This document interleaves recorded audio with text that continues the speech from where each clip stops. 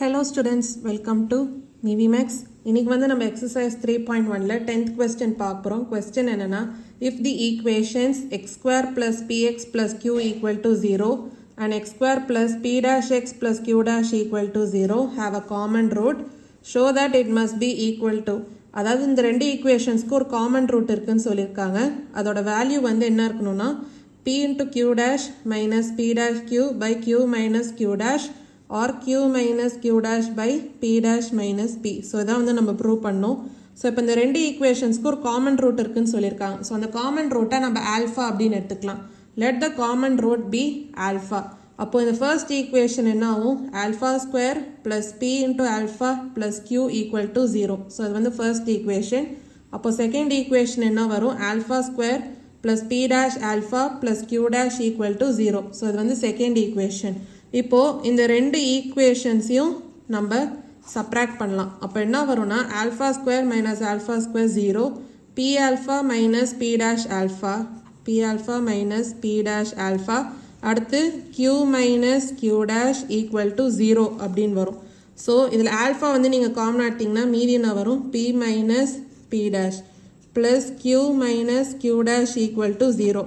So இந்த q minus q dash அந்த side போச்சுன்னா என்ன வரும்? அதாவது alpha into p minus p dash equal to இது q டேஷ் மைனஸ் q அப்படின்னு வரும்.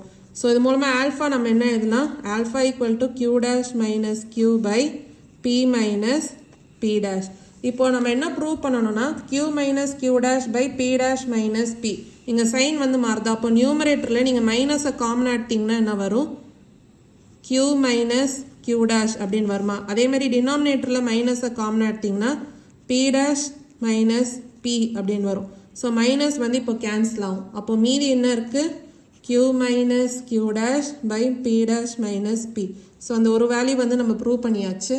ஃபஸ்ட்டு வந்து இந்த ரெண்டு ஈக்குவேஷன்ஸ்லேயும் நம்ம ஆல்ஃபா ஸ்கொயர் வந்து கேன்சல் பண்ணோம். இப்போ வந்து நம்ம ஆல்ஃபா வந்து கேன்சல் பண்ணலாம்.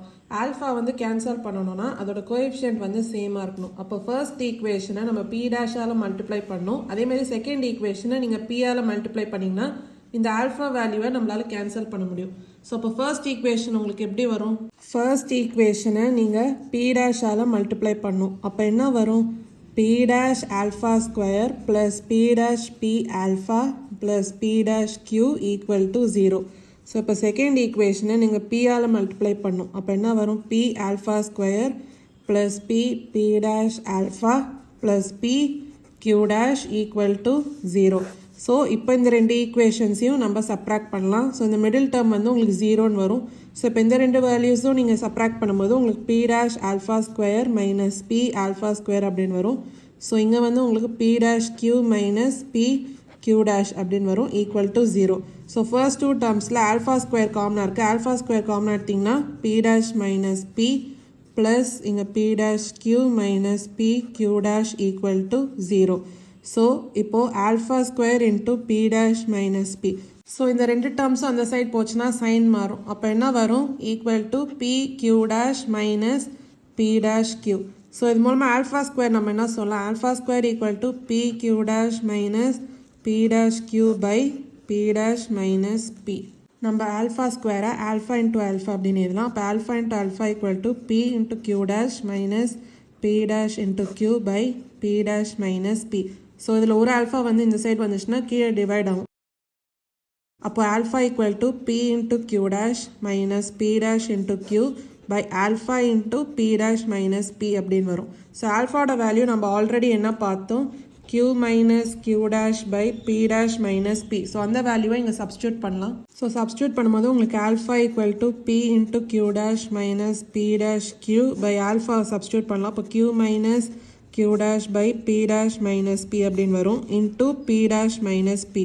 So p dash minus p cancel ஆகும். இப்போ மீதி என்ன இருக்குன்னா இப்போ alpha equal to p into q dash minus p dash into q by q minus q dash. So ஒரு ஆல்ஃபா வந்து நம்ம இப்படி கண்டுபிடிச்சோம். இன்னொன்று alpha equal to q minus q dash by p dash minus p. So இதுதான் வந்து நம்மளை prove பண்ண சொல்லியிருந்தாங்க. அதாவது ஆல்ஃபாவோட வேல்யூ இது இல்லைன்னா இது. ஸோ இதான் வந்து ப்ரூவ் பண்ண சொல்லியிருந்தாங்க. நம்ம ப்ரூவ் பண்ணியாச்சு.